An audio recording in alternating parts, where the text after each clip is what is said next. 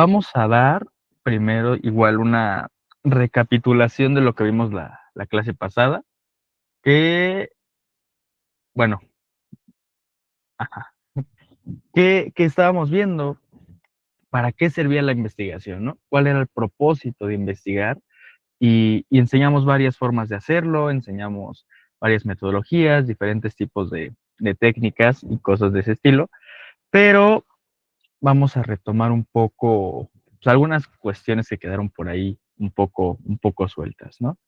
Eh, recordemos que, bueno, aquí está saturadísimo, pero recordemos que había una diferencia o que marcamos una diferencia entre el método, la metodología y la técnica, en donde el método era la técnica, digo, el método era la herramienta en sí que se utilizaba, el procedimiento que se tenía que seguir para en este caso lo que fuéramos a realizar. La metodología es las reglas que constituyen al método y la técnica es la herramienta o el instrumento específico que se iba a ocupar. En este caso puede ser técnica de recopilación de datos cuantitativa o técnica de recopilación de datos cualitativa. Y, ok, una vez explicado esto, también dijimos que existían dos tipos de investigaciones que se hacían en este caso era la longitudinal, que era el que se analizaba un fenómeno a lo largo del tiempo y le permitía observar los cambios o cómo iba evolucionando el problema. Por ejemplo, cómo cambian las modas a lo largo del tiempo.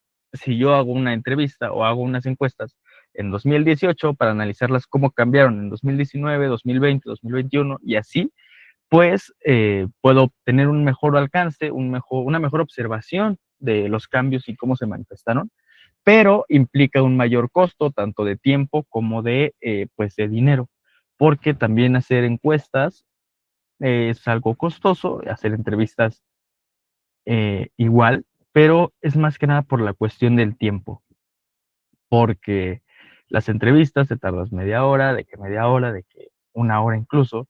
En las encuestas igual te puedes llegar a tardar lo mismo si abarcas una mayor cantidad de preguntas o que tengas una mayor cantidad de variables para jugar a futuro, pues es igual algo tardado.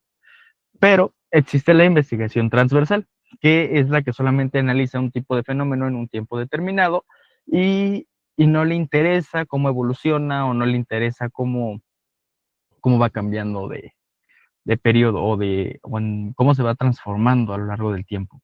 Por lo que tiene un año fijo o un tiempo pues establecido, ¿no? Por ejemplo, cómo se manifiesta el consumo de ropa en masa en 2025 o incluso podemos ser más específicos en los últimos 3 meses del año 2025 o de enero a febrero o algo similar. Ahora, vamos a hablarles en sí de qué es la metodología cuantitativa, porque la metodología, como lo dijimos, son una serie de procedimientos, una serie de pasos, como si fueran las reglas que se tienen que seguir. En este caso, pues es del lado cuantitativo. Pero esta parte se la cedo a nuestro compañero Jorge, que está aquí presente, y para que yo también ya me calle y no hable mucho, ¿verdad? Hola, un gusto, Redconautas. Me vuelvo a presentar. Soy Jorge, para los que ya sabían y los que no, pues ya me presenté. Y bien, como lo dijo mi compañero Gerardo, yo voy a presentar sobre la metodología cuantitativa. Esta metodología suele emplearse en las ciencias exactas, como las matemáticas, física, química, pero también se integra en las ciencias sociales, como lo viene siendo economía, sociología y psicología social. ¿Ok? Tenemos que esta metodología se utiliza cuando el problema que estudia es por medio de un conjunto de datos. ¿Ok?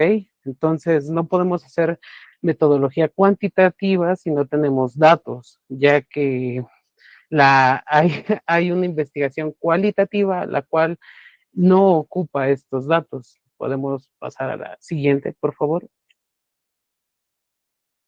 Muchas gracias. Y bueno, como tenemos en esta tabla, esto es lo cualitativo y lo cuantitativo. En lo cuantitativo tenemos que es una serie de estructuras, por ejemplo, algo que siempre va a estar en lo cual y en lo cuanti es una idea, ¿no? Por ejemplo, la uberización, ¿no? El tema de la gig economy, ¿no?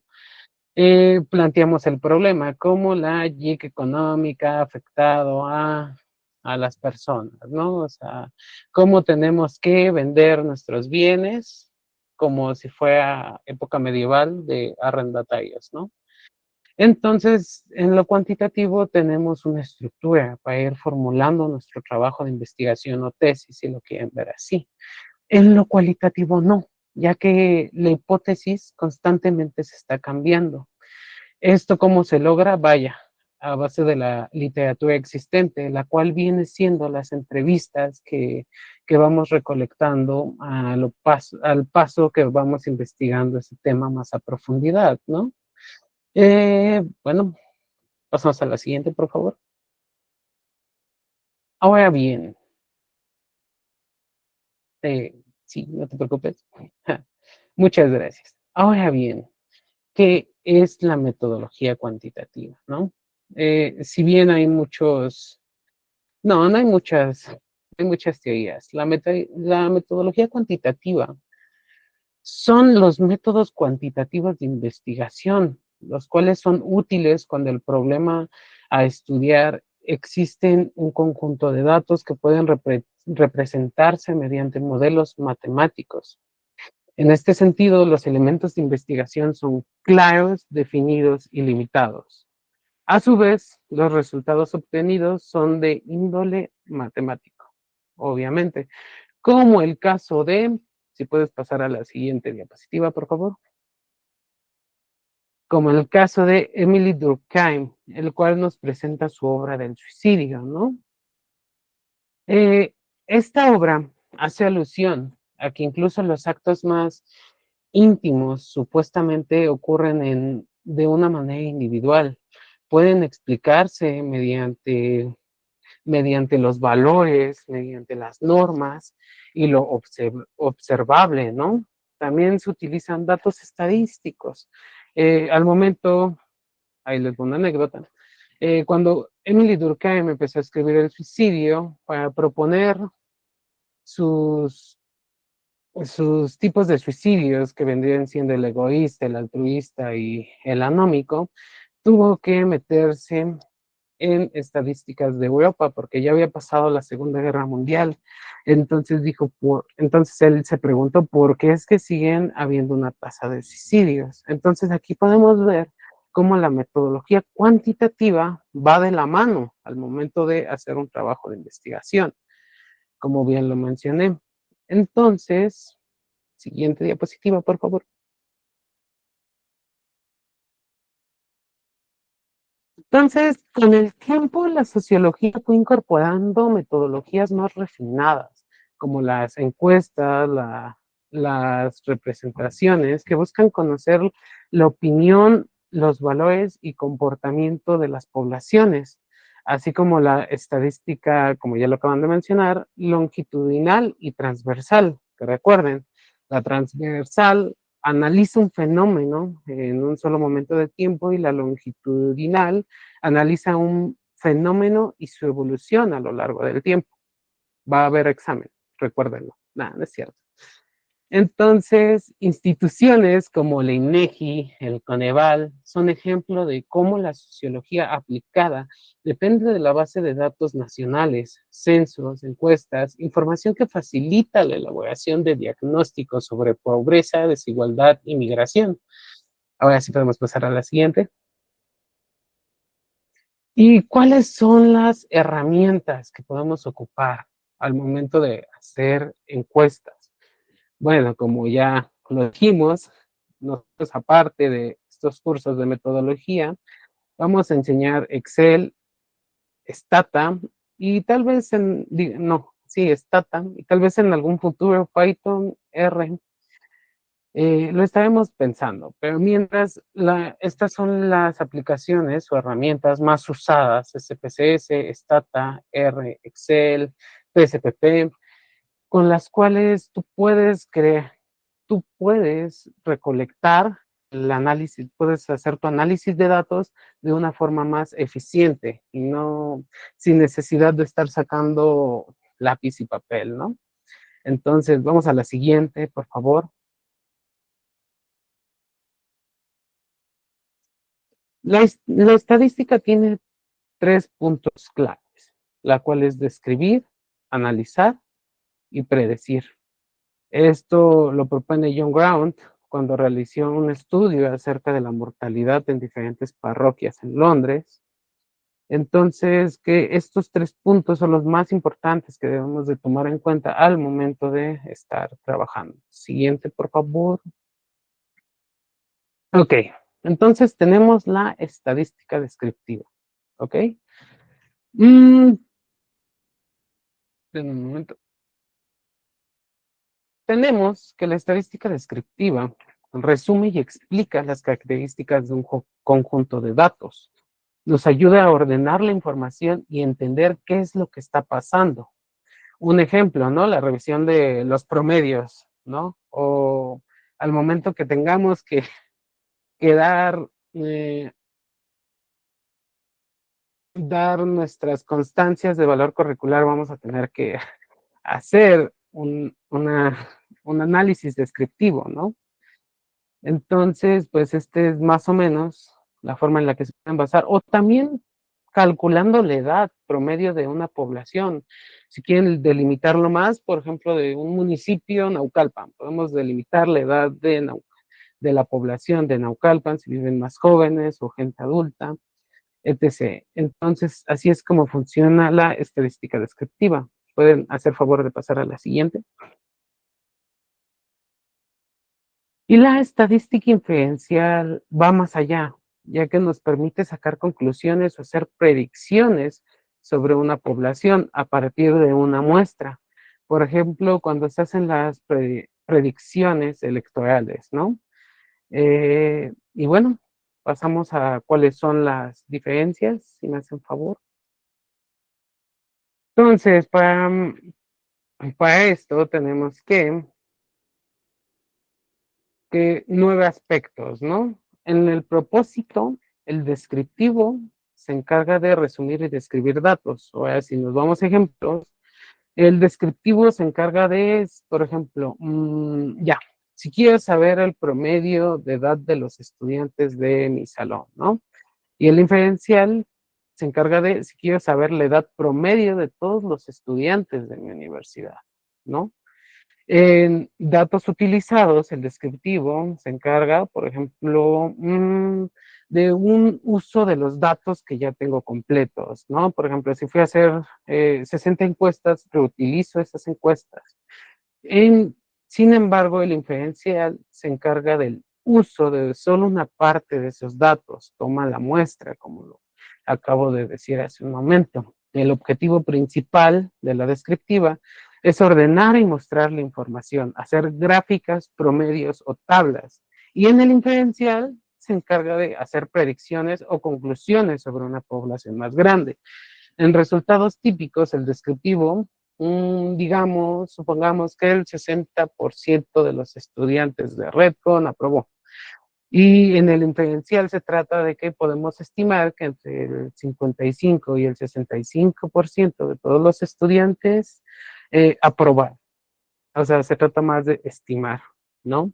En población, en población el descriptivo analiza todo el conjunto de Redcon, ¿no? Pero el inferencial solo analiza a unos 10 alumnos de Redcon, por ejemplo. Entonces, a grandes rasgos, esto es lo que espero que haya quedado claro. Por si tienen alguna duda, alguna curiosidad, este es el final de mi participación. Se lo dejo a quien corresponda. Bueno, brindándole una retroalimentación a todo eso que estaba comentando nuestro compañero Jorge, pues efectivamente sí existe una diferencia entre los dos tipos de estadística. Mientras uno es empleado para describir, bueno, está mal decir que la estadística descriptiva describe, sin embargo, pues nos brinda un panorama un poco más amplio de toda la población a la que estamos estudiando. Por ejemplo, lo usan los profesores, es el ejemplo más básico, lo usan los profesores para cuando pueden observar a toda la población, eso se lo mostraremos ya más adelante, en donde la población es todo el conjunto de individuos y la muestra es solamente una parte de esa población que pretende representar a todo el conjunto, pero de manera más pequeña. Entonces, en este caso, el salón de clases es toda la población. El profesor puede hacer uso de estas herramientas para poder sacar su base y decir, ah, bueno, aquí tengo el nombre, tengo la edad, tengo la calificación, tengo la materia, pues voy a sacar el promedio, porque es por lo general para lo que se utiliza.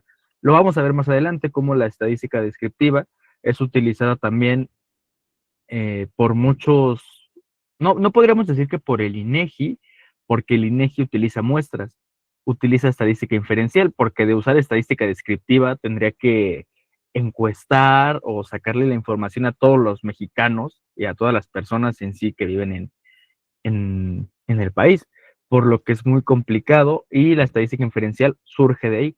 Para cuando es muy complicado acceder a la opinión de toda la población, ¿qué es lo que hace? Pues que se recurre a pequeñas muestras que las representen.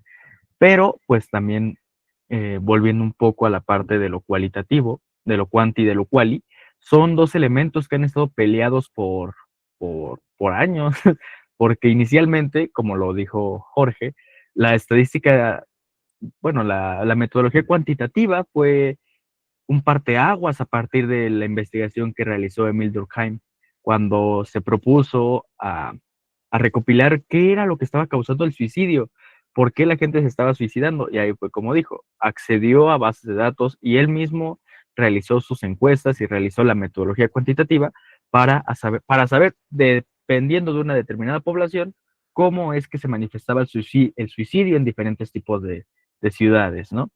Pero ahí es cuando surge el otro parteaguas, porque casi a la par surge la metodología cualitativa propuesta por Max Weber. Entonces empieza a haber un choque ahí y de hecho por eso culpemos a Parsons de que Durkheim y que Max Weber sean los máximos exponentes de la sociología, dejando fuera a muchos personajes, a muchas sociólogas, a muchos personajes pues que fueron partícipes y que también aportaron de manera significativa para la sociología. Y pues es aquí igual donde surge la dicotomía, donde surge el bueno y el malo, ¿no? Quanti contra quali. Empiezan a haber este tipo de rivalidades y pues cada uno en una época más contemporánea, la sociología cualitativa y la sociología cuantitativa han dejado de lado sus diferencias, o mejor dicho, los que practican ese tipo de sociología, de metodología, perdón, han dejado de lado sus diferencias y rivalidades, porque incluso en la UAM, antes era como de, ah, no, yo soy un profesor que va a lo cuanti, ustedes van a lo quali, no, pues son los perdedores porque no saben usar las matemáticas. Y te empiezan a atacar así, pero es producto de todo lo que venía aconteciendo anteriormente. Me refiero a que o le ibas a uno o le ibas a otro, pero actualmente ya puedes hacer uso de las dos, puedes hacer una metodología mixta y de hecho te brinda más o te da un enriquecimiento más, pues, completo para tu investigación. Si tú primero realizas una práctica cuantitativa y te dedicas a recopilar datos, a saber las opiniones de la gente, a saber las encuestas, no puedes abordar mayor profundidad ahí. No podemos saber qué piensa realmente la persona de por qué dice que está a favor de su gobierno. No podemos saber su opinión en sí, solamente estamos sabiendo pues opiniones cerradas, ¿no? Preguntas que ya le estamos, respuestas, perdón, que ya le estábamos poniendo predeterminadas. Entonces, la cualitativa surge en este aspecto, saber la opinión de manera amplia o específica de la persona. ¿Por qué realmente a ti te interesa la política? ¿O por qué a ti realmente piensas que tu gobierno es bueno? ¿O por qué? Y ahí ya podemos obtener un análisis más amplio y lo vamos a ver igual aquí en el curso, lo vamos a ver más adelante y lo vamos a practicar y todo eso, para que ustedes vivan la experiencia de ser sociólogos y de hacer investigación. Pero a lo que me refiero también es en el ciclo, como lo pudimos ver hace un momento, está por acá, como el ciclo de la metodología cuantitativa es más cerrado que el de la metodología cualitativa, ¿no? Por ejemplo, aquí, la metodología cuanti, pues sigue una idea, luego el problema, luego revisa la literatura, luego pues hace la medición de para dónde va a ir o a qué personas se los va a aplicar, después hace una elaboración de la hipótesis, después desarrolla la investigación, empieza a escribir y ya, recolecta datos, analiza y concluye. Pero, como podemos observar, en la metodología cualitativa está muy todo esto, ¿no? Porque, por ejemplo, el hecho de que empiezas por una idea, claro, después planteas el problema, pero aquí hay una cuestión muy extraña, ¿no? Que es que tienes que estar viendo literatura reciente en cada momento. Cada paso que tú das, tienes que revisar la literatura. ¿Por qué? Porque tus ideas van cambiando. En lo cualitativo, como tú estás experimentando de primera mano el problema, por ejemplo, y esto ya va desde la experiencia personal, cuando nosotros fuimos a Tlaxcala a entrevistar a unos artesanos en el municipio de Contla, pues pudimos percatarnos que todo era muy variable, ¿no? No estaba fijo, no estaba estático a que si nosotros solamente hubiéramos pedido su opinión. Nosotros llegábamos con una idea, bueno, vamos a analizar cómo la industria textil rápida los ha desplazado, su trabajo, sus empleos, las artesanías, pero ya cuando nos damos cuenta, pues teníamos que estar revisando a cada rato, ¿no? Pero es que, ¿por qué Adorno habla de la alta costura y también del desplazamiento de la misma? Ay, pero es que esto ya no se relaciona con lo que me dijo este sujeto, este también es un error, que la metodología cuantitativa toma a los individuos como objetos de estudio meramente, no los toma en cuenta como si fueran parte de lo que quieren investigar, solamente son uno en un millón, en pocas palabras.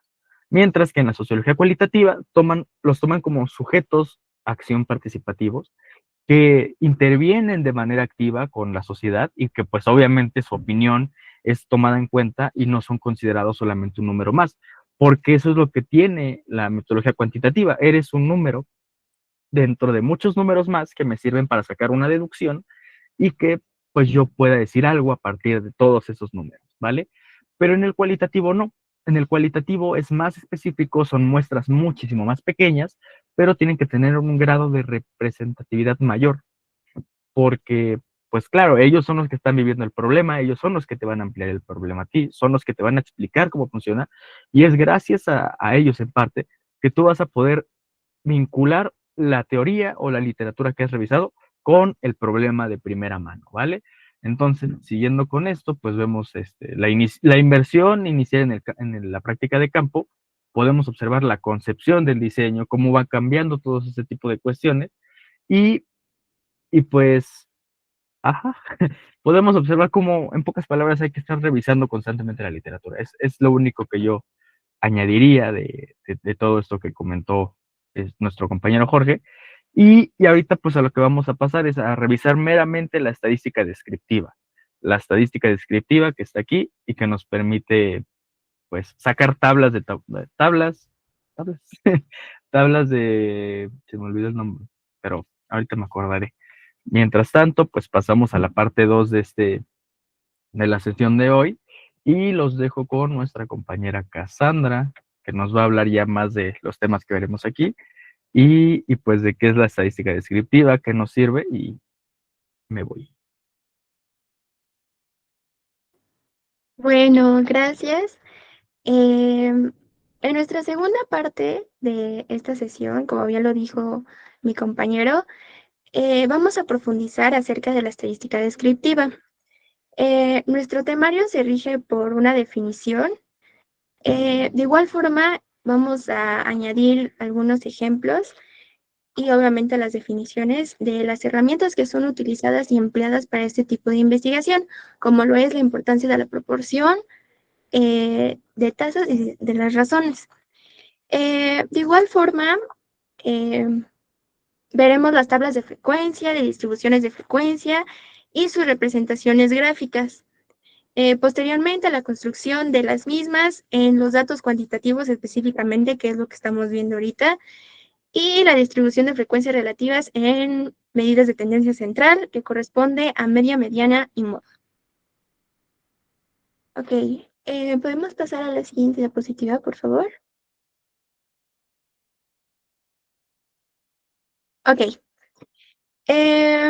Antes de iniciar con una de las ramas de la estadística, primero hay que definir qué es la estadística en una metodología y principalmente la estadística aplicada a las ciencias sociales. ¿Ok? Bueno, principalmente, si nos vamos hacia una historia y mucho tiempo atrás, pues la estadística ha llevado pues un recorrido bastante amplio en lo que pues actualmente pues la tenemos como hoy la conocemos, ¿no? ¿Ok? Entonces, principalmente la estadística proviene del término estatus, que significa estado. Esto se refiere y hace referencia a que en su tiempo los gobernantes siempre buscaban tener pues un control ya sea de las finanzas, de la población o incluso de los recursos. Y ahí inicia una pequeña, pues no introducción, pero sí un primer acercamiento a la estadística, que como bien lo sabemos, pues la estadística se ocupa de la recopilación de datos y es principalmente pues numérica, es matemática. Entonces, el primer acercamiento que se tiene a la estadística, pues es esto, ¿no?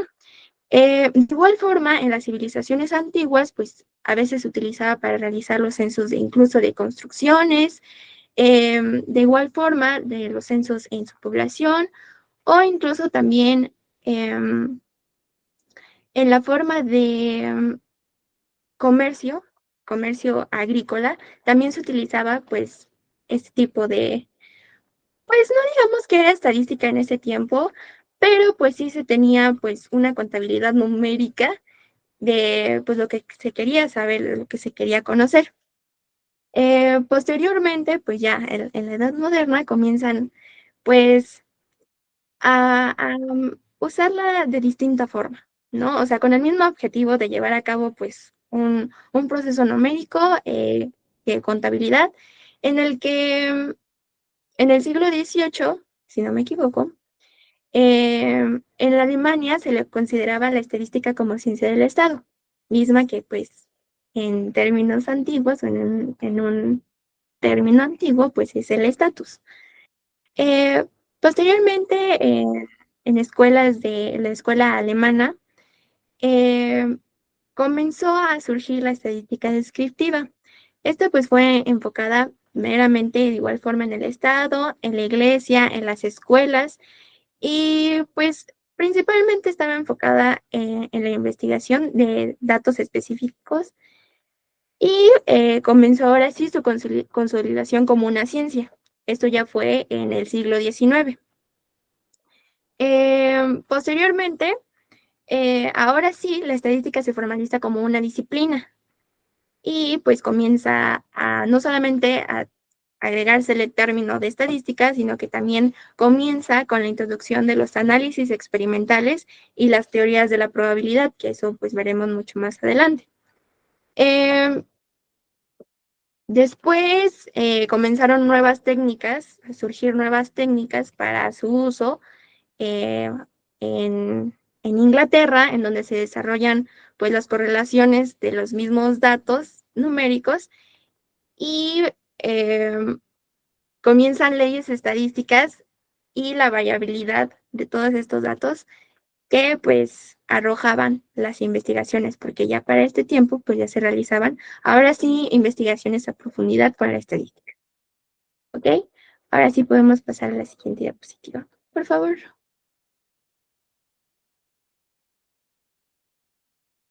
Ok, bueno, ya di un amplio contexto de lo que fue y ha sido la estadística. Entonces, pues bueno, una definición muy general es un método que organiza, resume y analiza información. ¿Ok? Pero la estadística, si bien lo dije, pues puede ser un conjunto de métodos, es un conjunto de métodos y técnicas que son usadas, que recopilan y organizan los datos. De igual forma, no solamente pues se dedican a organizarlos y ya. No, o sea, esos datos que son arrojados, obviamente tienen que ser analizados, pero también al ser analizados, pues se encuentra una diferencia entre sí de estos datos, ya sea una diferencia, una semejanza a lo largo de lo que se vaya arrojando, pues en nuestra investigación que vayamos realizando.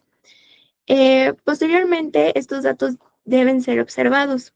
De ahí, por ello, que se ocupan herramientas que son específicamente visuales, en donde nosotros podamos, pues, darnos cuenta de aquella variabilidad que pueda existir o una variabilidad nula que nosotros, pues, pensábamos que existía y, pues, realmente, pues, no es el caso. De igual forma, mi compañero hace un momento, mi compañero Gerardo mencionaba acerca de la población. Y bueno, en realidad, igual creo que se va a explicar más adelante, pero pues sí, justamente la estadística se basa en el estudio de, pues, de una población en específico y pues delimita poco a poco estos tipos de datos para que obviamente en la investigación, pues para nosotros mismos podamos realizarla de forma pues adecuada y obviamente pues también no nos llevemos tanto tiempo porque para realizar una investigación a nivel de una población pues realmente es muy complicado, es muy difícil y por ello debemos ir delimitando a través de las muestras que les iremos enseñando más adelante y sobre la marcha cómo realizarlo. ¿Podemos pasar a la siguiente diapositiva, por favor? Ok. Las funciones, pues, a grandes rasgos yo se las expliqué. La estadística, pues, resume la información que nosotros, pues, obtengamos. Busca problemáticas, diseña encuestas y experimentos de manera eficiente. Obviamente, una vez que nosotros tengamos, pues, nuestros datos, tenemos que llevar a cabo pues una serie de procesos para que pues nosotros podamos observarlos, como es el caso de las encuestas. En las encuestas pues es un método empleado, principalmente la metodología cuantitativa, pues para analizar datos pues meramente numéricos. Entonces, pues yo creo que la encuesta es una de las técnicas más usadas en este tipo de investigación y pues obviamente va relacionada con la estadística porque pues la estadística es meramente eh, cuantificable, entonces pues sí, la encuesta es una de las principales, entonces pues por eso nosotros también. Em, Después, mm, mi compañero Jorge más o menos les explicó a grandes rasgos acerca de las dos ramas de la estadística y unas diferencias muy notables en las dos. Pero principalmente, como lo dije en un inicio, pues vamos a centrarnos en la estadística descriptiva. ¿Ok? ¿Podemos pasar a la siguiente, por favor?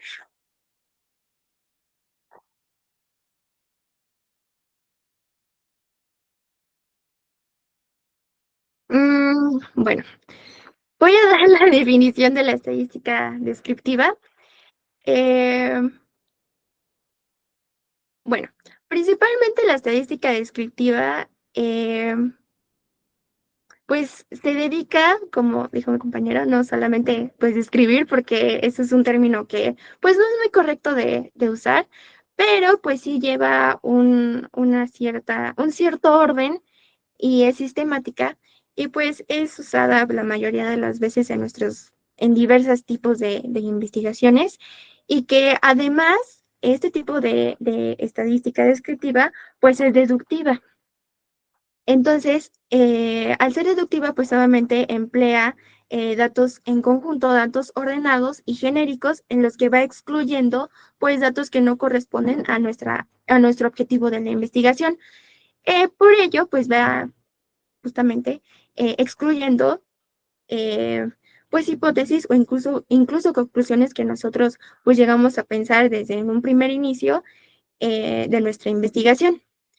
De igual forma, va de lo general a lo particular. En este caso, la estadística descriptiva pues es el conjunto de métodos en los que se ocupa de recoger los datos, de ordenarlos, de resumirlos, pero también de una forma pues sintetizada, ¿no? En el que aquí sí se van a ocupar, como lo dije hace un momento, métodos gráficos y analíticos que nos puedan Pues proporcionar una manera visual los datos, porque algunos datos suelen ser muy complejos. Entonces, el apoyo visual de estos diagramas, porque la mayoría son diagramas o incluso tablas, pues nos proporcionan la ayuda para observar meramente pues, los datos que se hayan recogido. No sé si Gerardo quiera hablar o todo bien. Va. De igual forma, en la estadística descriptiva se llegan a utilizar diversas fórmulas, que pues bueno, no son tan complejas, pero sí como que suelen pues complicar un poco y sí asustarnos ver tantos números. Entonces, pues en este caso nosotros no vamos a ver muchas fórmulas a lo largo del curso, simplemente una que otra que sea muy necesaria. Pero pues sí son necesarios estudiar aquellos pues herramientas visuales porque esas sí son de gran ayuda y pues en estadística pues también nos los enseñaron. Entonces, bien, siguiendo con la estadística descriptiva, en la estadística descriptiva se ven y se toman en cuenta los tipos de medidas y los tipos de variables. En este caso, las nominales, ordinales, de intervalo y de proporción que también son llamadas de razón. En este caso, las variables nominales suelen distinguirse mucho, pues por ser una variable meramente cualitativa, ¿no? Pero pues a lo largo del curso veremos que pues no solamente es para el método cualitativo, sino que también puede usarse y mezclarse con el método cuantitativo, pero no me adelanto porque eso lo veremos más adelante. Pero pues sí puedo dar más o menos ejemplos acerca de la variable nominal, lo que es pues un ejemplo muy sencillo, pues el color de los ojos, ¿no? Porque la medida nominal, bueno, la variable nominal, pues no lleva una categoría, un orden en específico, ni siquiera una jerarquía. Entonces, pues simplemente es una variable que está ahí, o sea, ocurre, no lleva ni siquiera un grado de menor o mayor, simplemente, pues como bien lo dije, puede ser el color de los ojos de una persona e incluso pues la nacionalidad. Posteriormente, el tipo de variable ordinal, esta sí tiene como característica pues el clasificar. Clasifica los datos en un orden determinado y en específico, así como, por ejemplo, el nivel educativo, ya sea primaria, secundaria, bachillerato, licenciatura, y pues va por un orden, aquí sí es un orden jerárquico. De igual forma, también en las variables ordinales podemos ver los niveles de satisfacción de muy satisfecho en las encuestas que siempre nos ha llegado a presentar en algún momento. Los niveles de satisfacción, ya sea de algún videojuego, de algún restaurante, de alguna prenda de ropa, no sé, muchas veces la variable ordinal pues se presenta en ese tipo de encuestas. Posteriormente, en el tipo de variable de intervalo, aquí, de igual forma, lleva un orden. Y estas sí son medibles y en ellas pues encontramos diferencias entre los datos que vayan arrojando, pues lo que nosotros vayamos observando. Por ejemplo, en este caso, el 0 aquí no significa ausencia, ¿ok? Por ello, aquí podemos ejemplificar, no sé, la edad de alguien. Obviamente sí lleva un orden, pero pues el 0 no significa la ausencia. De igual forma, también en los grados centígrados o el grado Celsius o los grados de la temperatura, igual pues el 0 no significa la ausencia. Cosa contraria en la de proporción o también llamada razón, porque aquí el 0 sí es absoluto. Entonces, no sé, por ejemplo, podríamos ejemplificar pues el peso, el ingreso o incluso las horas que pasan una persona determinada en redes sociales, específicamente en TikTok, en Instagram, en donde pues el 0 significa pues la ausencia, ¿no?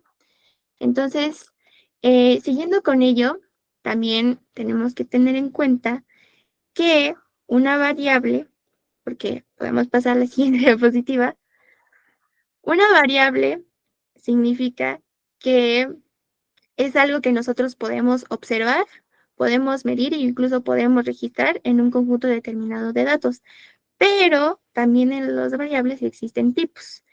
Esto significa que tenemos la variable independiente que viene siendo la causa de algo, la variable dependiente del efecto y la variable interviniente, la condición que afecta a la relación.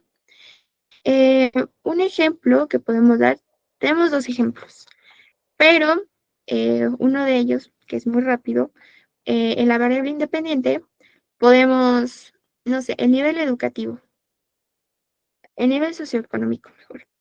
El nivel socioeconómico es la causa, ¿ok?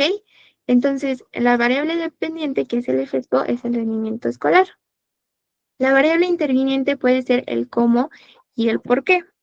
Entonces, aquí podemos observar que muchas veces el nivel socioeconómico puede determinar el rendimiento escolar y porque tiene motivación el estudiante. Y la verdad está medio complicado, pero con el otro ejemplo es más fácil. Podemos observar pues esta comparación entre las variables y podemos pasar a la siguiente para que lo vean los chavas. Ok. Un ejemplo es si estudiamos la problemática del fast fashion y la pérdida de identidad, ¿qué variables mediríamos? Ok. En este caso, el fast fashion pues es la moda rápida. Ok. La moda rápida que hoy en día se encuentra muy inmersa en la sociedad y principalmente en tiendas comerciales o en plazas, centros comerciales, en internet, como lo es Temu, Shein, Bershka, Pull&Bear y todas esas tiendas. Eso es el fast fashion. Y es la pérdida de identidad, o sea, ¿cómo influye el fast fashion hoy en día en la pérdida de identidad de un individuo? Esto quiere decir, con la llegada del fast fashion, obviamente ha desplazado no solamente pues la tradición de la ropa, pues no meramente artesanal o hecha por nosotros, pero pues digamos o situémonos específicamente dentro de un estilo o una subcultura en específico. Entonces, ¿cómo la llegada de esto ha influido para que los individuos se sientan que han perdido completamente su identidad o que ya no se sienten pertenecientes a esa misma subcultura debido a la gran industria del fast fashion? Entonces, esas son nuestras variables principales, ¿no? Aquí vemos la variable independiente, que es la causa, el fast fashion podría ser, el efecto, cómo el fast fashion ha impactado pues enormemente a la identidad del individuo y que pues a su vez ha cambiado las perspectivas de pues de muchas personas, ¿no? Y principalmente de los jóvenes situados en algún estilo en específico, o incluso pues puede ser todo lo contrario. Ese ejemplo lo pusimos porque pues es parte de una de nuestras investigaciones y pues hemos realizado pues más o menos estudios y hemos llegado a conclusiones y pues eso podría ser un gran ejemplo para lo que nosotros estamos pues enseñándoles que son los tipos de variables. Y hasta ahí. Otra forma de comprender las variables es literalmente cada pregunta que tú ves en el cuestionario es una variable. En este caso no la pregunta, pero sí las respuestas. Cada pregunta tiene varias variables. Bueno, sí, tiene diversas variables. Y esas son las que nosotros tenemos que tomar a consideración. Por ejemplo, no, como lo comentaba Cassandra hace un momento, las variables de razón no solamente pueden tener un valor numérico, sino que también pueden tener un valor a escala o pueden ser palabras en sí. Entonces, si nosotros ponemos, obvio, pero tienen que ser palabras que puedan ser traducidas numéricamente. Por ejemplo, si nosotros en una base de datos presentamos, en un cuestionario, decimos, bueno, ¿tú en qué consumes más? ¿En H&M, Bershka, Pull&Bear, C&A?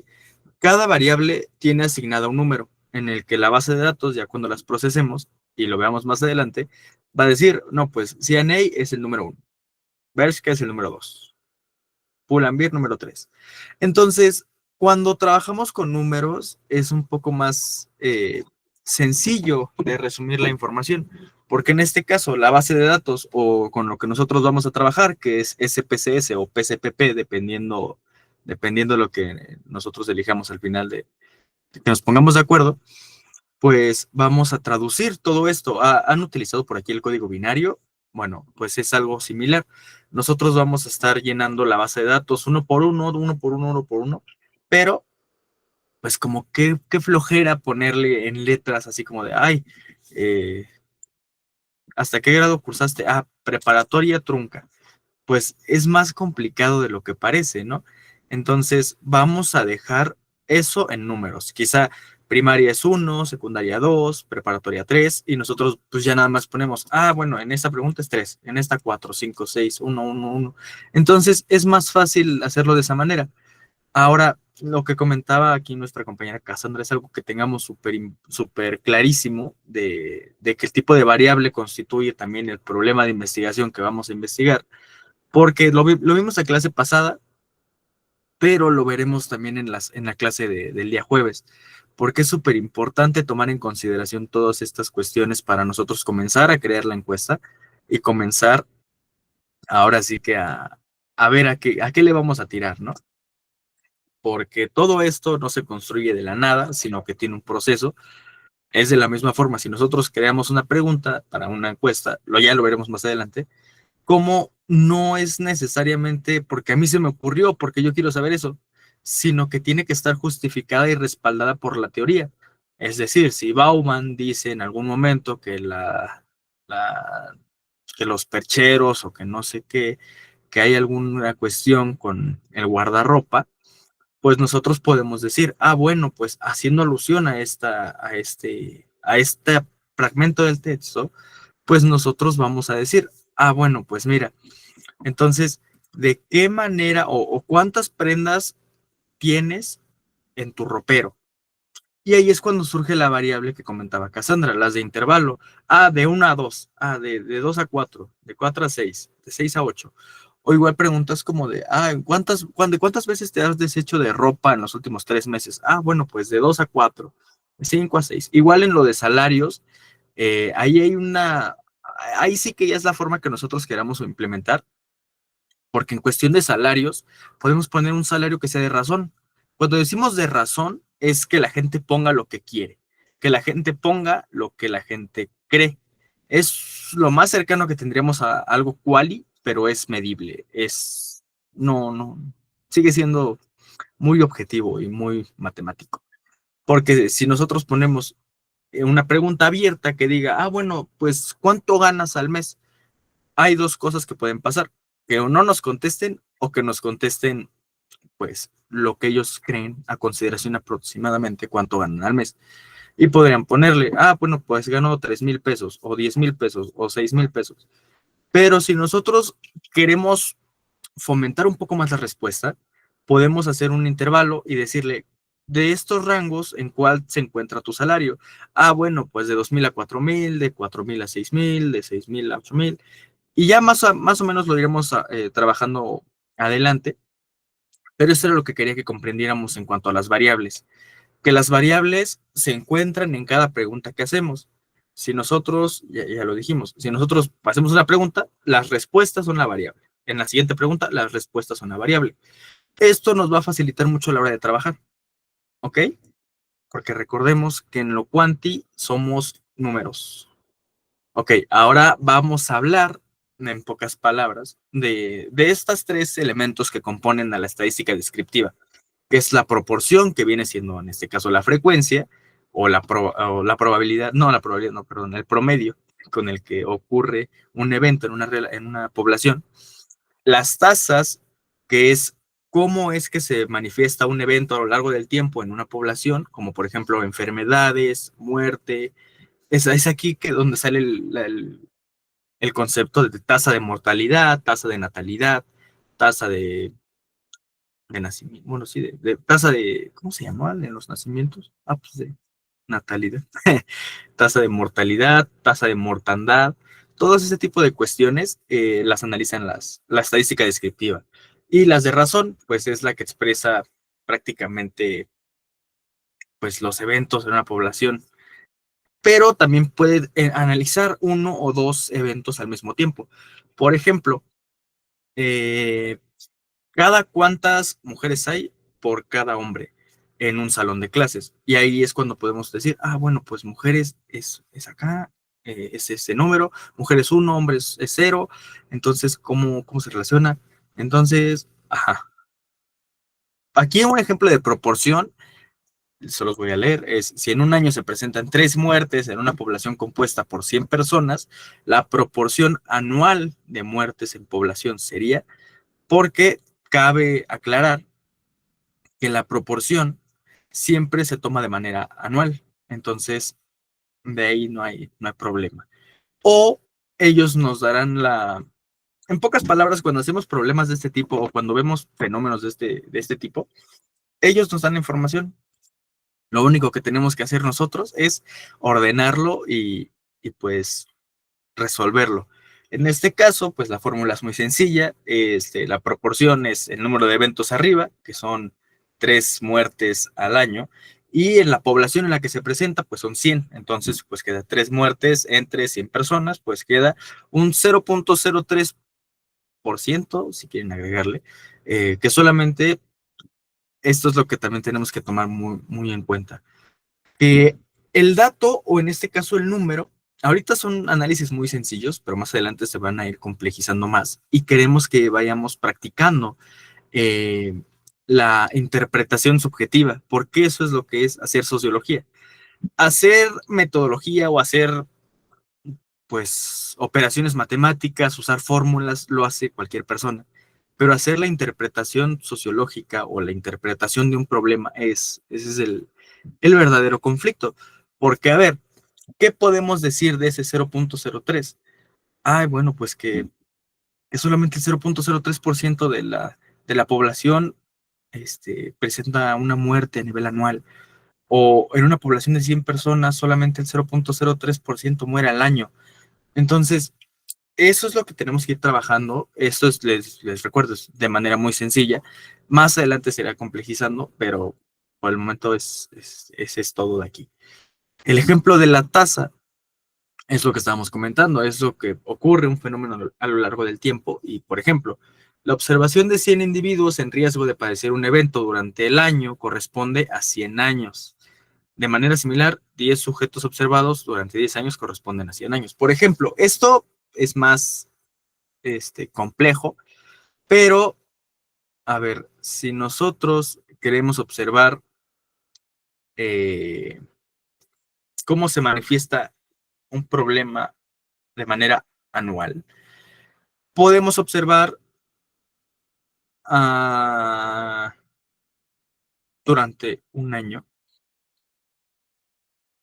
perdón, se me borró la cinta. El punto es que las tasas son un poco más complejas, esas sí no son un análisis tan sencillo, pero por lo general no recurrimos a ellas para hacer investigaciones, ¿no?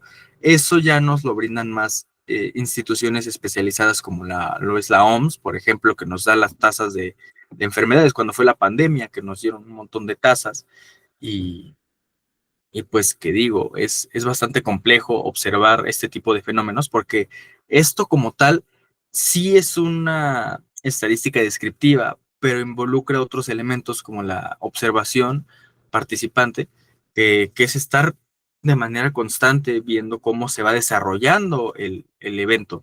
O puede ser lo que nosotros llamamos lo que decíamos al inicio, ¿no? Una investigación longitudinal, cómo se va evolucionando a lo largo de los años. A lo que hace alusión este ejemplo es que, bueno, si nosotros queremos analizar 100 años de eventos, 100 años es exagerado, pero si nosotros queremos analizar 100 años de eventos, pues bueno, vamos a analizar a 100 personas en un año. O si nosotros queremos hacerlo más corto, de manera relativamente corta, pues solamente analizamos a 10 personas por 10 años. O sea, y lo que nos da, pues obviamente, pues es el análisis de una persona por 10 años, son 10 años observando cómo se va manifestando ese problema y así de manera constante. Esto lo hacen también de manera, pues para predecir, esto ya le pertenece un poco más igual a la estadística inferencial, que es predecir o prevenir, mejor dicho, cómo es que se va evolucionando una enfermedad, en dado caso que así fuera. Por ejemplo, si en una población la tasa del infarto es de 0.008 años menos 1, la interpretación sería que se producen 8 infartos por cada 1000 habitantes. Esto es lo que hacen las tasas, sacan así como de 1 de cada 10 gatos prefieren whiskas. No sé, eso es lo que en pocas palabras se refiere el ejemplo de la tasa también. El ejemplo de razón ya es un poco más sencillo, diríamos que es uno de los más sencillos, porque pone en discusión a dos eventos que están dándose en un mismo momento. En este caso es como les decía al inicio, ¿no? En este escenario se está viendo que hay 300 hombres y 200 mujeres. Lo que se hace es poner el, ¿cómo se llama? El evento número A y dividirlo entre el evento número B. Cabe aclarar igual que siempre el número mayor es el que va a ir arriba, el que va a ir primero. Entonces, en este caso, que se interpreta de ese 1.5, pues que por,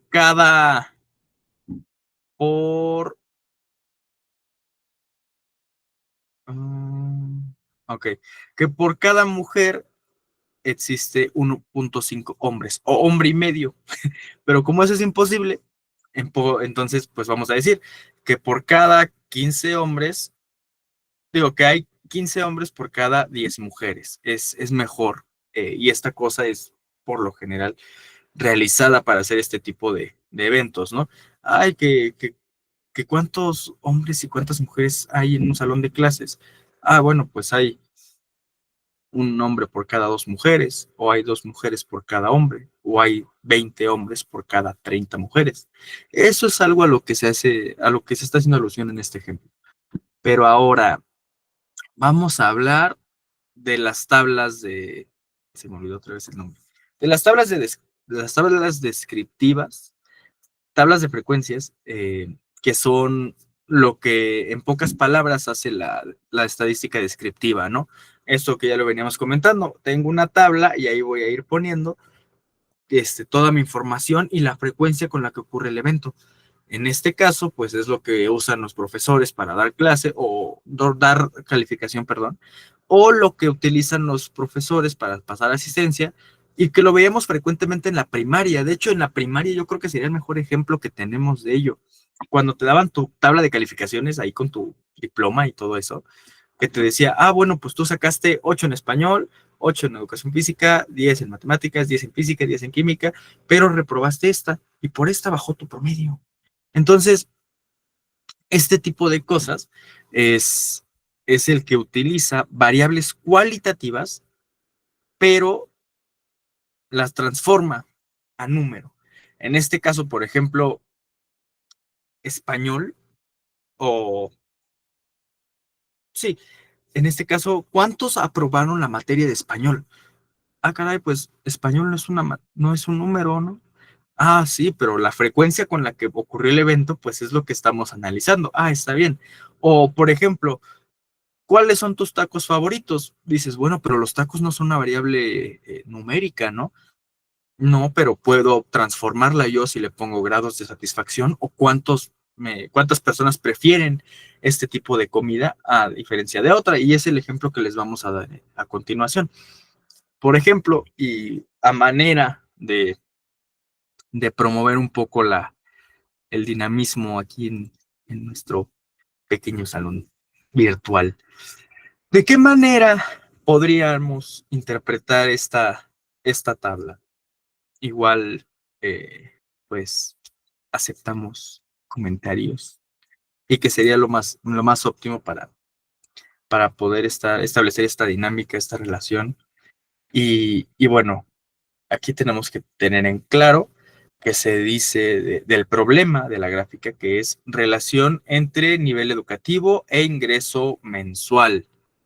Ah, caray, bueno, pues abajo están el nivel educativo, ¿no? Primaria, secundaria, preparatoria, licenciatura y posgrado. Y del lado vertical está el salario, que son 5,000, 10,000, 15,000, 20,000, que hay que tener en cuenta aquí que lo que se usa es una variable de intervalo, ¿no? Porque si nosotros pusiéramos así de que 1, 2, 3, 4, 5, pues sería muy complicado o la tabla estaría como muy, muy dispersa de igual manera. Entonces, lo que podemos interpretar aquí es que a mayor nivel educativo, mayor salario. En pocas palabras es lo que este ejemplo nos está diciendo.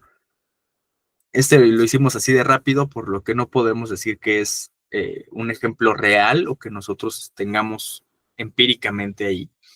Pero esto es una forma de interpretar. Esto es lo que nosotros tenemos que hacer y lo que es importante, lo que le brinda el sentido a lo que hacemos, porque la tabla bien puede estar ahí, pero si yo no sé lo que me está dando a entender o no sé cómo explicarlo, ese es el verdadero problema y el que luego surge, ¿no? Ahora,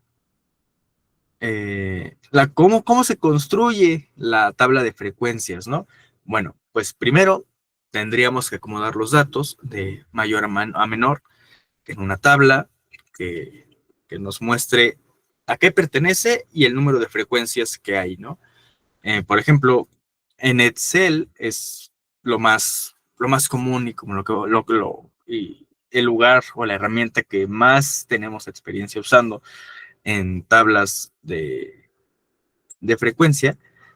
Y en este caso, pues vamos a poner este ejemplo burdo que se usaba en la primaria igual, en la secundaria, cuando decían, ay, bueno, ¿qué quieren comer el día del niño, no?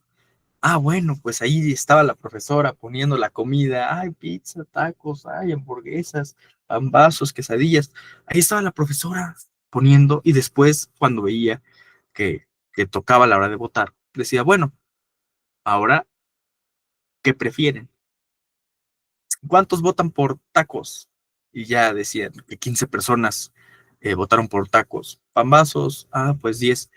Y siempre estaba el vato ahí o niña curiosos que decían comidas bien extravagantes, ¿no? Que, ay, tortillas con sal, caldo de iguana. Bueno, pues ese es el dato extraño, que ya más adelante también lo veremos en la interpretación. Cuando una persona se desvía de lo que realmente queremos o lo que es el promedio, es cuando se produce el dato raro, ¿no? Porque bien, en cuanto hagamos más análisis ya más adelante, más avanzados, si analizamos esta misma tabla, nos va a aparecer una cosa bien rara, ¿no? Como por ejemplo, que el promedio es pambazos o que el promedio es el caldo de iguana por alguna razón. Pero eso es cuando hay una descompensa en cuanto a a la distancia. Aquí podemos ver que no hay una distancia tan larga, pero pues es de 1 a 20, que es de la menor, que es el límite inferior, y el límite superior, que es el de hamburguesas, que es el que tuvo más votos. Es cuando se pone de ahí parten, en pocas palabras, y de en medio se hace como una campanita, que es Parsons, el que nos va a ayudar más adelante, pero eso ya le corresponde a la estadística inferencial. O sea, no van tan despegados estos dos. Ahora, ¿qué pasa aquí? ¿Por qué apareció la frecuencia relativa? Bueno, la frecuencia relativa es obtenida a partir de que dividimos nosotros la frecuencia observada en cada variable y la dividimos entre el total de observaciones que se dieron. En este caso, si nosotros agarramos el 15, lo dividimos entre 46, que es el total de personas que dieron su opinión o que participaron, pues nos da el resultado de 0.326. Lo mismo pasa si agarramos pambazos, lo tomamos y el 10 lo dividimos entre 46. Ah, pues nos da 0.217. El 1 entre 46 nos da 0.021. Entonces, podemos ver cómo la tabla de frecuencias se va construyendo un poco cada vez más compleja, ¿no? La frecuencia relativa es importante y ahorita les voy a decir por qué.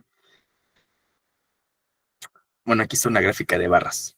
Ya la vimos el ejemplo hace un momento, pero ahorita les vamos a hacer otro con el ejemplo que estamos poniendo ahorita, con el de los niños y su convivio, en donde la frecuencia, pues ya lo pusimos, viene de manera vertical y el dato que estamos analizando o el dato cualitativo viene de manera horizontal.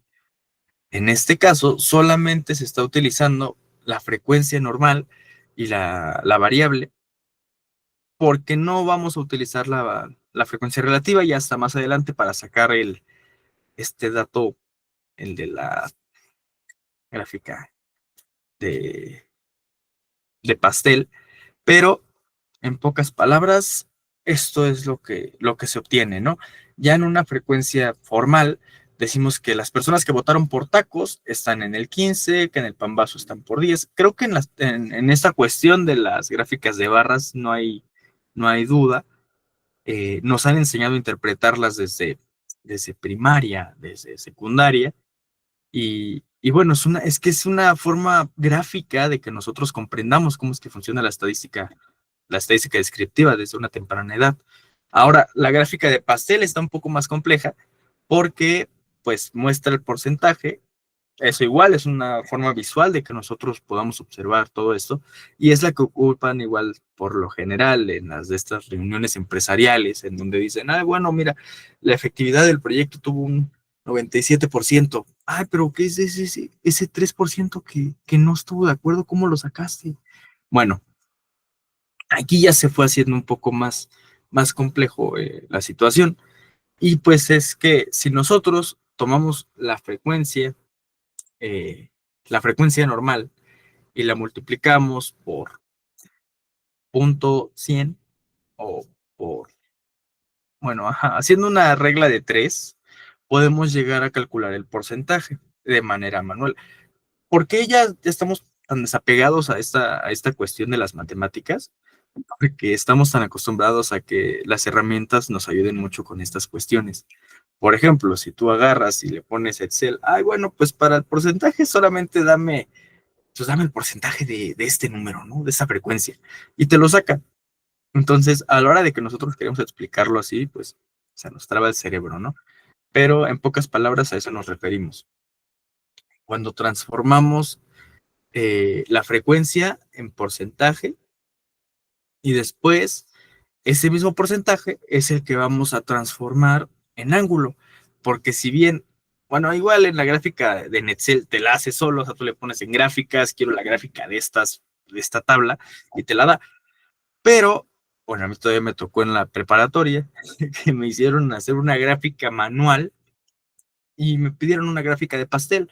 Entonces yo dije, ¿cómo quieren que la haga o cómo quieren que saque yo el ángulo? ¿Cómo voy a saber a qué representa el 43%? Yo sé cuánto es el 50, pero el 43 no.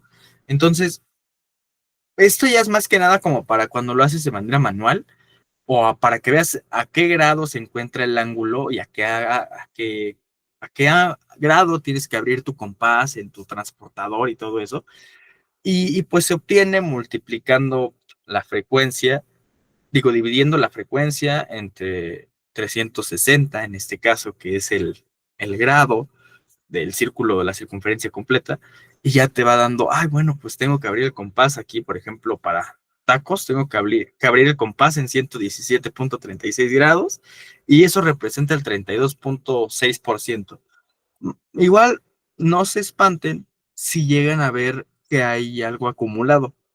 Literalmente en las tablas de frecuencia tienden a ver de que frecuencia acumulada o porcentaje acumulado, y tiende a ir antes de la frecuencia relativa.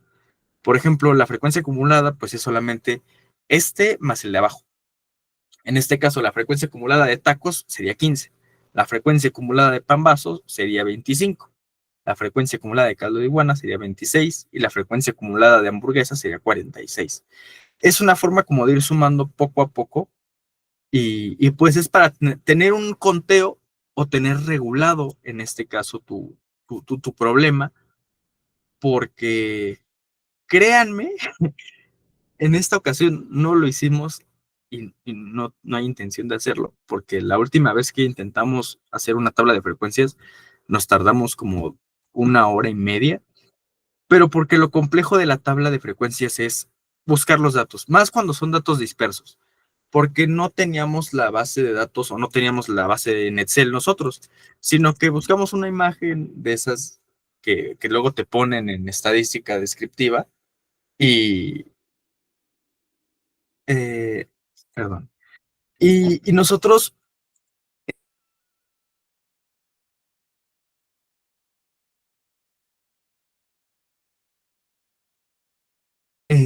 pues sí, nos aparecieron unas cosas diversas y nosotros teníamos que buscar la uno por uno de, ay, bueno, es el video de verificación que tuvieron los estudiantes de tal grado, y te aparece la información así súper dispersa, ¿no? De que 15, 20, 40, 30, 30, 10, 11, 12. Entonces nosotros teníamos que tachar cada uno, porque es complejo también cuando trabajamos con la variable como número, porque no es lo mismo que aparezcan así datos, un montón de 40 o 20 o 30, y que tú digas, ah, bueno, pues ese es el valor. No. Si aparecen 3 veces el 40, pues entonces la variable es 40 y la frecuencia con la que aparece es 3. Entonces, a lo mejor ahorita les ponemos un ejemplo de cómo son ese tipo de, de gráficas a las que nos estamos refiriendo, pero no vamos a hacer el ejercicio como tal. Está complicado. Y, bueno, este es el ejemplo de la gráfica de pastel que les estábamos comentando. Pero como pudieron ver, nos la hizo Excel, porque hacerla de manera manual está muy complejo. Entonces, ajá.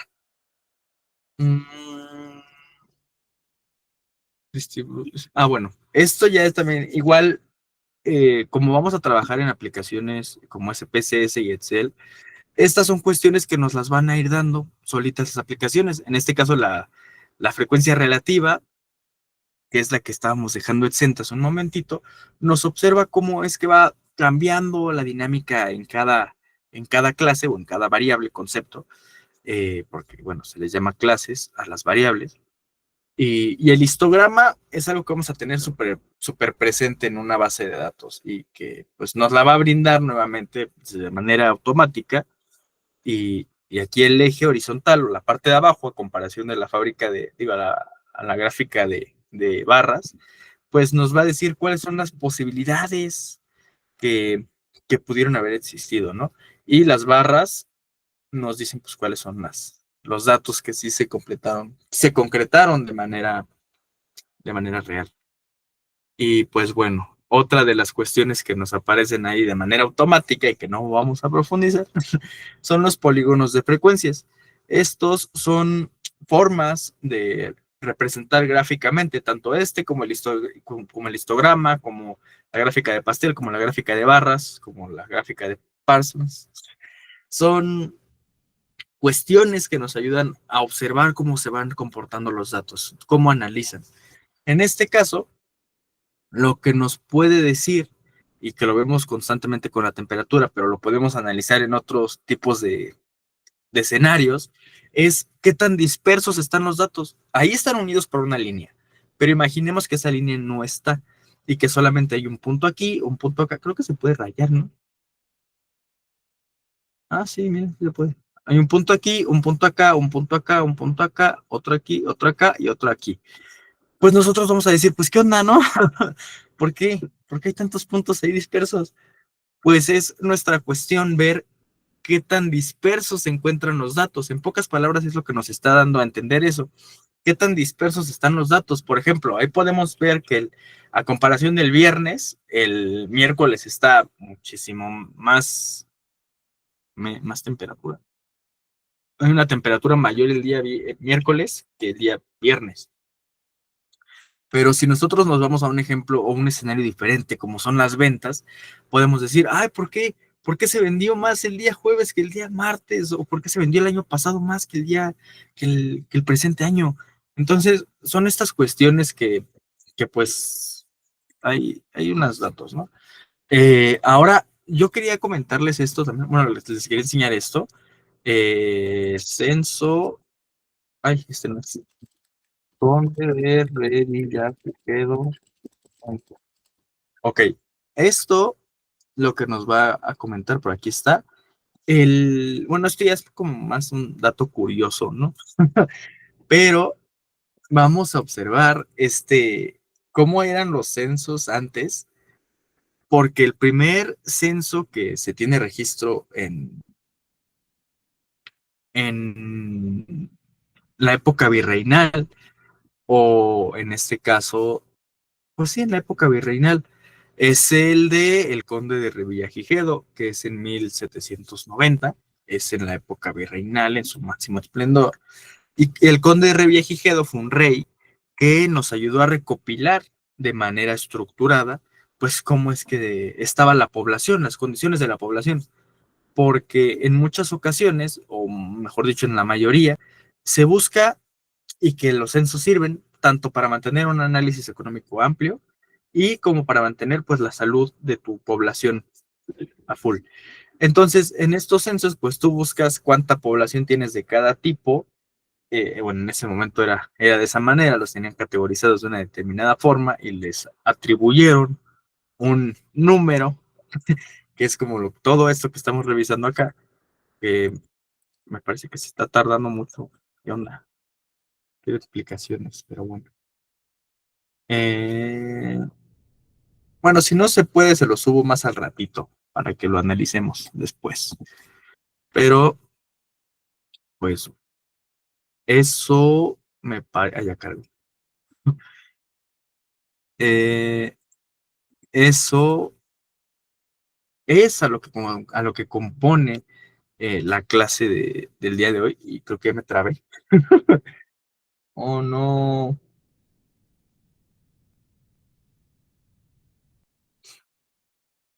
Si no me muevo, no se traba.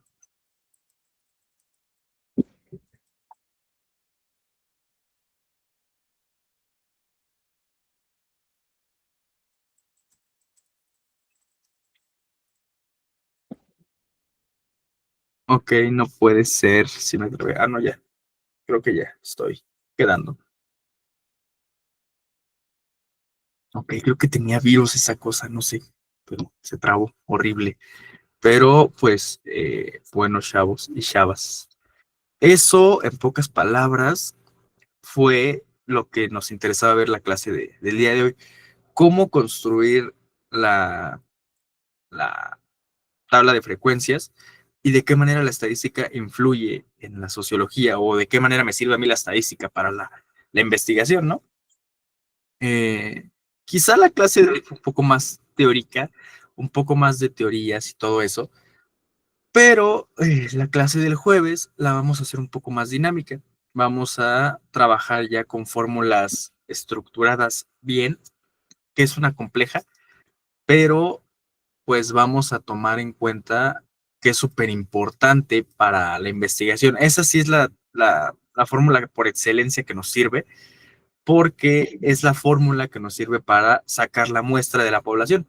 Es decir, si nosotros tenemos una población, si queremos, por ejemplo, analizar la Huamas Capotzalco, no podemos analizar a las 10,000 o 12,000 personas que están inscritas con matrícula activa ahorita, tanto porque no podemos localizar a todas y cada una de ellas, como porque pues no nos daría el tiempo ni el abasto, aunque fuéramos muchos los que estamos participando, no, simplemente no podríamos. Entonces, lo que hacemos es sacar una formulita que nos diga, ah, bueno, pues si hay tanta población, tenemos que meter ya más conceptos y más cuestiones que les vamos a estar enseñando el día jueves, que pues son el grado de confianza, el grado de error, cuál es la probabilidad, cuál es el nivel de confianza que tenemos de que pase esto y no esto. Entonces, todo eso lo vamos a ir viendo. Igual si es una población medible o si es una población que no se puede medir. Por ejemplo, si queremos analizar los compradores en el Walmart, sería imposible porque no tenemos un dato que nos asegure cuántas personas van ahí al día, porque tampoco ni siquiera la empresa se puede dar esa capacidad de recolección de datos, ¿saben? Entonces, bueno, sí, tal vez sí, por las compras que son registradas, pero pues hay datos perdidos, es lo que nosotros tenemos que tomar en cuenta y por eso se toma el grado de error, el porcentaje de error. Si nosotros hacemos uno con el 5%, pues solamente encuestaríamos, o mejor dicho, la población y la muestra son las que nos dicen a cuántas personas hay que aplicarles la encuesta o la entrevista. En pocas palabras es eso. Y es lo que nos vamos a ver la clase que viene.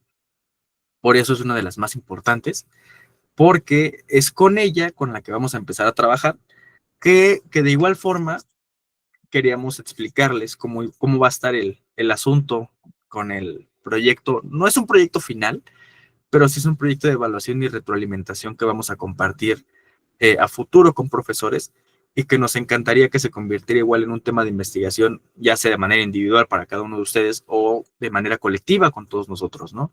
Entonces, queríamos preguntarles alguna opinión, algún tema que sea de su interés, alguna cuestión que esté pasando de manera, pues, que les interese observar o que digan, ay, bueno, pues es que me interesa saber mucho sobre la gentrificación o la opinión política o un tema similar. No sé si alguien tenga una idea ahorita o podamos irla abordando ya más a futuro. Porque todo lo que estamos aprendiendo ahorita, de que la elaboración, de que la problemática, el tipo de tamaño de la muestra, todo esto lo vamos a trabajar al final. Lo vamos a darle un sentido práctico y que no se quede solamente en, ay, son diapositivas y gente hablando aquí y yo escuchando, sino que queremos darle un uso para que sea una inversión tanto para ustedes como para nosotros. Hacer un trabajo, pues, que vacíe todos nuestros conocimientos aprendidos hasta ahorita, ¿vale? Y bueno, pues hay que hablar y ponernos de acuerdo de eso para que vayamos pensando igual qué tema nos interesa y ya sobre de eso lo atacamos y vamos aplicando algunas encuestas porque ese es lo que constituye el primer bloque, ¿no? Vamos a vivir lo que es la participación, la observación directa, el trabajo de campo en miniatura con cómo es que se hacen las encuestas.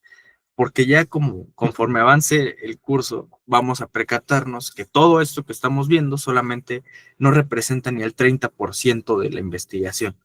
Porque sí está complejo y todo, pero la otra parte la hago yo cuando estoy aplicando o cuando estoy entrevistando.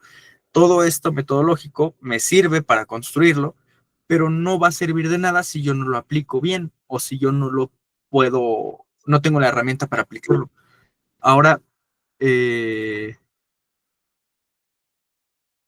justo, por el chat nos podemos poner de acuerdo por algún tema que les llame la atención y pues ya a votación nosotros pues vamos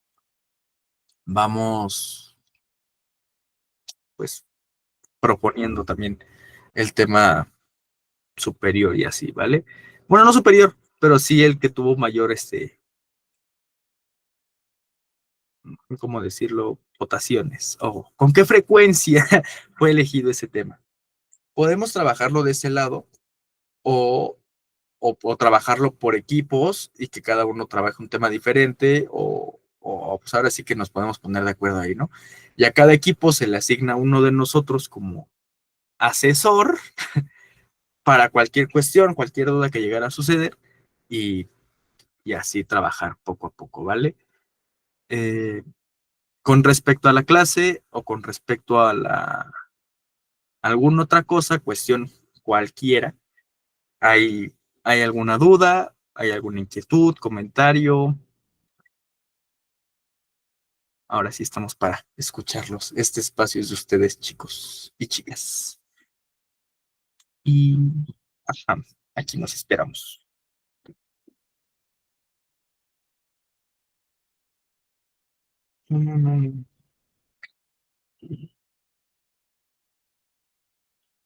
Igual las diapositivas y todas las herramientas que vamos a estar ocupando o que hemos ocupado hasta ahorita, se las vamos a subir tanto por Classroom como por el grupo de WhatsApp, ¿vale? Para que pues también si hay alguna duda puedan recuperarlo de ahí. En cuanto a los videos de YouTube o los repasos, se van a estar poniendo ahí de igual forma, subiendo y pues para que ustedes puedan acceder sin ninguna preocupación a ello.